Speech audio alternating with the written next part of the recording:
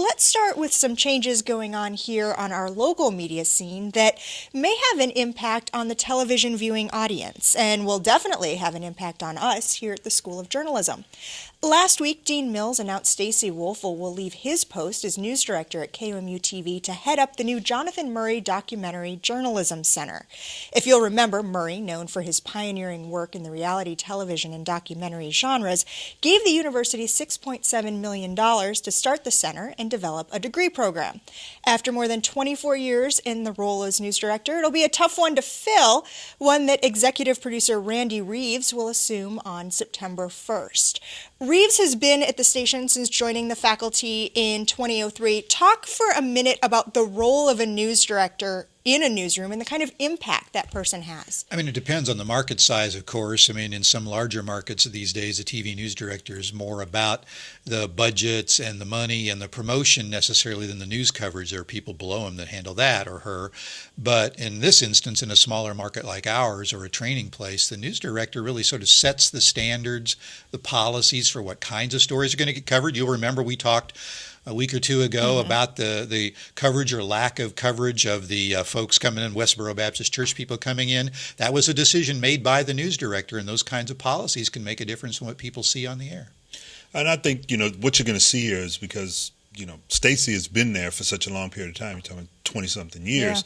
Yeah. And now you have Randy who's coming in, and Randy who was trained here at the School of Journalism and has worked under Stacey for a while. I think you're going to see some continuity there.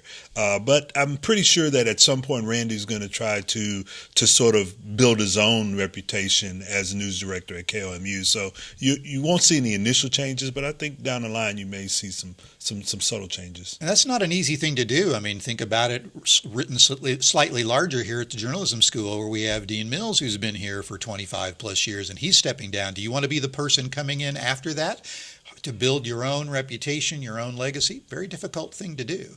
And that might be why, Stacey Woelfel wanted to step aside and take on this new venture. It's nice to reinvent yourself after a while, but also it's a chance to show a side of yourself that you can't show as a news director of a commercial television station. This documentary program is going to be quite a bit different. And I think that anybody who suspects that because he's been a long-time traditional commercial TV news director that somehow the documentary program is going to be traditional, I think you might be surprised. And I also think, with Randy moving into that, I mean, he's a really big on First Amendment issues, on journalism professionalism. So you're gonna I think see more of that coming into what KOMU does and what the student reporters out there and also behind the scenes, how they put their newscasts together and the types of news that's going to be on air. So if you're a member of the audience, of our viewing public that's out there, what should you be looking for? What should you expect? What should you hope for? Well, like I said, I think initially you're not going to see very much difference, but I think in the long run you're probably going to definitely see more technology. I mean, KOMU was moving in that direction anyway, but then I also think you're also going to see maybe a different style.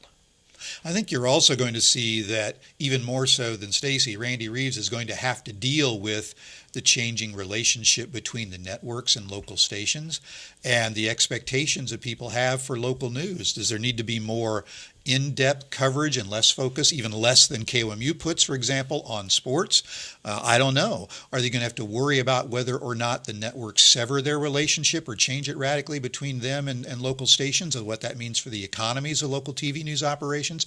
A lot of big changes might be coming.